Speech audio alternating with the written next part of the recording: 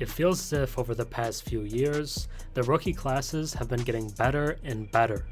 Over the past couple especially, almost every first-round pick is making an impact in their first season.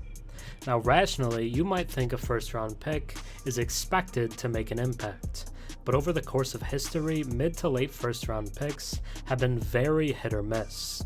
The 2021 draft gave us all-star talents like Cade Cunningham, Jalen Green, Evan Mobley, Scottie Barnes, Josh Giddey, Franz Wagner, Alperen Sengun, and Trey Murphy. Then last year's rookie class had Paolo, Jabari Smith Jr, Keegan Murray, Bennedict Mathurin, Shaedon Sharpe, Jalen Williams, and Walker Kessler. The number 2 overall pick from last year, Chet Holmgren, missed all of last season, which gives a boost to this year's rookie class.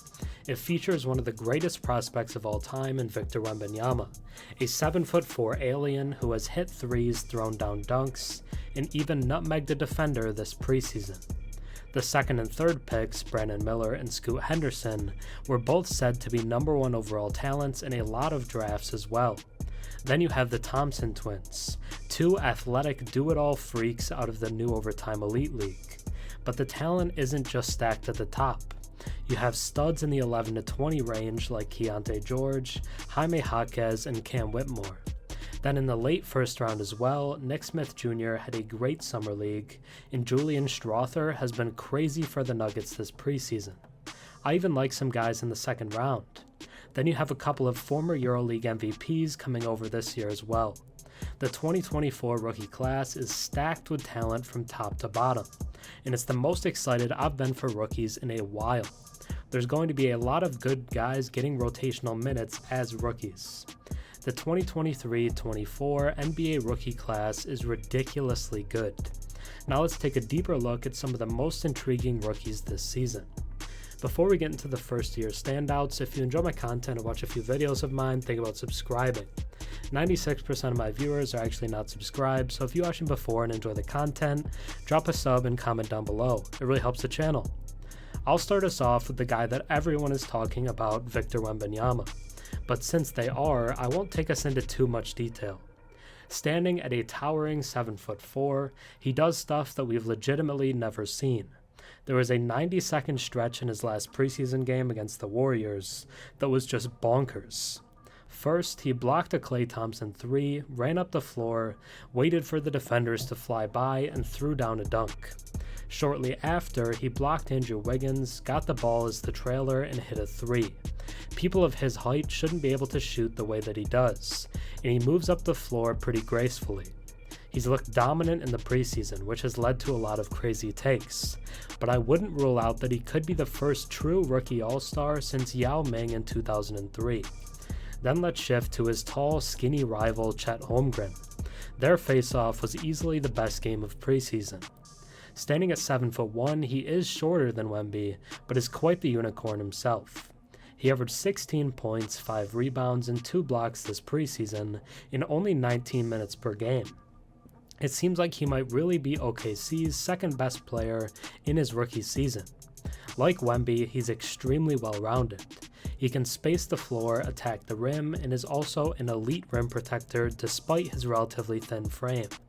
He did reportedly put on about 20 pounds of muscle over the last year, which should help him defensively in the post. The number 2 overall pick from this year's draft is Miller. He hasn't been super efficient through the summer league and preseason so far, but sometimes that just takes some time.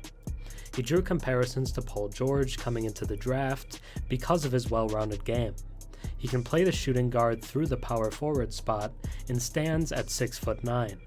This preseason, he averaged 8 points, 6 rebounds, 3 assists, and 1.3 steals per game. However, he shot just 8% from 3. He should be a high-level defender right away, and that will be his path to minutes as the shooting comes back to what we saw from him in college.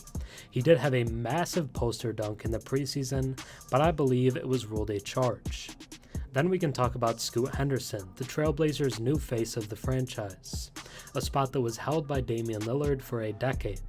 But now it's Scoot, an extremely athletic point guard who will drive into the defender's chest and finish at the rim. Most people believed he was the clear second best player in the 2023 NBA draft. This preseason, we saw Scoot put up 14 points and 6 assists per game.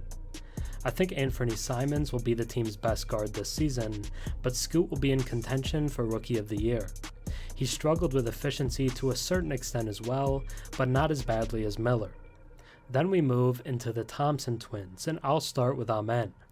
I'm serious when I say this. I think he might be the best athlete in the entire league the second he steps onto the court.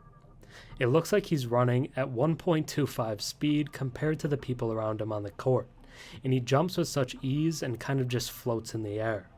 He's not going to start at the beginning of the season, as Fred VanVleet and Jalen Green have the 2 guard spots locked up right now, but we might get to a certain point this season where he's just too good to keep out of the starting lineup. He averaged 12 points, 4 rebounds, 3 assists, and 1 steal per game this preseason, mostly off the bench. He also shot an okay 44% from the field. A 6'7" point guard who's a very good defender, Amen has a lot of upside.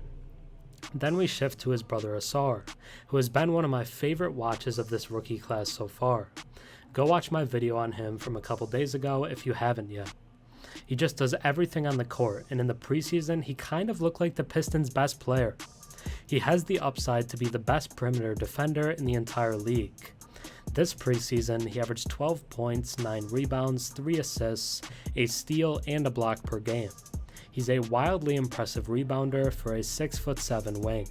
He's also shot 40% from 3, which is a great sign, as this was seen as his only real weakness. Then we'll skip a pick and go to the number 7 overall selection, Bilal Coulibaly. Although now he's most famously known for being Wemby's teammate overseas, he has the upside to make a really impressive name for himself. Since the Wizards will likely be pretty bad, he's going to get a lot of reps, which should help accelerate his developmental path. The offense will take some time, but his defense is going to be good right away. He averaged 3 steals and a block per game in the preseason, and really uses his length to his advantage. Keyonte George was the 16th overall pick in this year's draft, but despite going outside the lottery, he looks like a future star. He averaged 22 points and 6 assists per game in the Las Vegas Summer League, and drew comparisons to Damian Lillard and Donovan Mitchell with the way he was playing. He's got range from deep and isn't afraid to pull it. He's really more of a shooting guard, but due to the Jazz lack of a real point guard, he might be thrust into starting at the 1 spot this season. Then we take a look at Cam Whitmore, the 20th overall pick to the Rockets.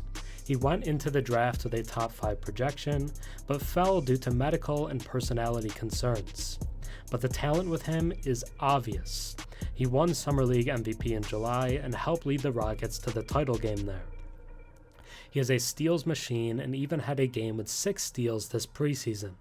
He averaged 11 points off the bench, and he's going to be a bucket getter off the bench this regular season. Then I'll talk about the second to last pick of the first round. The Denver Nuggets took Julian Strawther there, and they needed at least one of their 3 rookies to step up after losing 2 playoff rotation guys this offseason. Many expected it to be Hunter Tyson, who balled out in the Summer League, but Strawther was legitimately great this preseason. He averaged 18 points in 23 minutes per game and shot 51% from the field and 45% from 3. He looks like the steal of the draft so far. Then I'll shortly look at some other rookies who I'm interested in.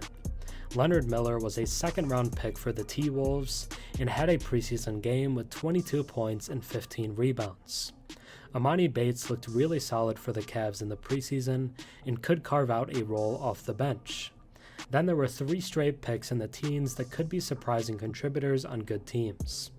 Jalen Hood-Schifino could be a valuable guard off the bench for the Lakers, but he does look pretty raw to this point.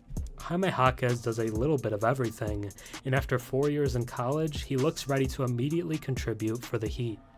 Then Brandon Podziemski could be a wild card for the Warriors, as his passing and shooting could be valuable off the bench. This 2024 rookie class is going to be one of the most exciting we've had in a long time. No matter what you're looking for, there's likely a player that fits that mold. It's very talented at the top, it's deep, and it's versatile. The 2023-24 NBA rookie class is ridiculously good. Thanks for watching. I'm Herm. Have a good one.